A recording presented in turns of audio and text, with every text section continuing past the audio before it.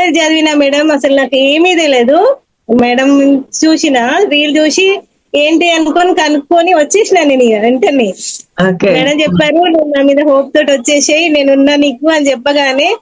Direct ఇక కొంచెం money arrange చేసేసుకొని వచ్చేసిన, ఏం ఆలోచించలే ఓకే. ఆ! అసలు.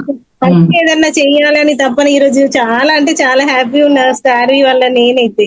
హ్మ్. హ్మ్. అప్డేట్ మార్కెటింగ్ చేస్తున్నా, ఫ్రీలాన్సింగ్ కూడా చేస్తున్నా. ఇప్పుడు మెమరబుల్ వీడియోస్ ఉంటాయి కదా మేడం, చనిపోయిన వాళ్ళవి హ్మ్. కూడా నాకు ఫ్రీలాన్సింగ్ వర్క్స్ వస్తున్నాయి, వాళ్ళవి కూడా చేస్తున్నా నేను హ్మ్.